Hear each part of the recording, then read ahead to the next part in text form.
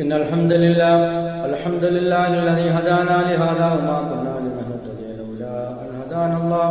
صلي وسلم على نبينا مصطفى محمد صلى الله عليه وسلم وعلى آله وصحبه أجمعين. أما بعد أعوذ بالله من الشيطان الرجيم.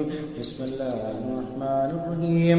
സൂറത്ത് അൻ-നംൽ അതിന്റെ 60-ാമത്തെ ആയത്തിന്റെ വ്യാഖ്യാനം നോക്കൂ നിങ്ങൾ. അല്ലാഹു സുബ്ഹാനഹു വ തആല അവനെക്കുറിച്ച് സ്വയം പരിചയപ്പെടുത്തുകയാണ്.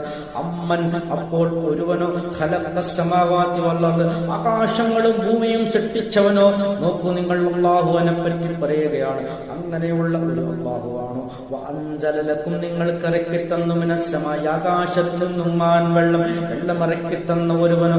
ആരാണ് ഉത്തമൻ എന്നുള്ള അർത്ഥത്തിൽ മുന്നായത്തിന്റെ കൂടെ ചേർത്ത് വായിക്കുകയാണെങ്കിൽ വഅംബത്നാ ബിഹി, അതുകൊണ്ട് അവൻ മുളപ്പിച്ചു, ആ മഴവെള്ളം കൊണ്ട് അവൻ മുളപ്പിച്ചു. ഹദായിക, ഒരുപാട് തോട്ടങ്ങൾ മുളപ്പിച്ചു. ദാത്ത ബഹുജത്തിൽ, നല്ല ഭംഗിയുള്ള തോട്ടങ്ങൾ മുളപ്പിച്ചു എന്ന് പറഞ്ഞാൽ പലതരത്തിലുള്ള ഫലഭൂഷ്ടമായ ഫലവർഗ്ഗങ്ങൾ വിളയുന്ന പലതരത്തിലുള്ള തോട്ടങ്ങൾ അവൻ മുളപ്പിച്ചു. അതാണ് അല്ലാഹു സുബ്ഹാനഹു വ തആല അവിടെ വിശദീകരിക്കുന്നത്. മാ കാന ലക്കും, നിങ്ങൾ ആകുമാറല്ല, നിങ്ങൾക്ക് കഴിയില്ല, നിങ്ങൾക്കാകാവതല്ല. അൻതുംബിതൂ ശജറഹ, അതിലെ ആ തോട്ടങ്ങളിലെ മരങ്ങൾ അതിനെ മുളപ്പിക്കാൻ നിങ്ങൾക്ക് കഴിയില്ലല്ലോ. കാരണം ഒരു മരത്തെയും മുളപ്പിക്കാൻ മനുഷ്യന് കഴിയില്ല. വിത്ത്, അത് മണ്ണിന്റെ അടിയിൽ ഒളിപ്പിച്ചു വെക്കാൻ മാത്രമേ മനുഷ്യന് കഴിയൂ. അതൊക്കെ മുളപ്പിക്കുന്നത് അല്ലാഹു മാത്രമാകുന്നു. അതാണെന്ന് പറയുന്നത്. ഇലാഹുൻ മഅല്ലാഹ്, അല്ലാഹുവിന്റെ കൂടെ വേറെ ഇലാഹുകൾ ആരെങ്കിലും ഉണ്ട്?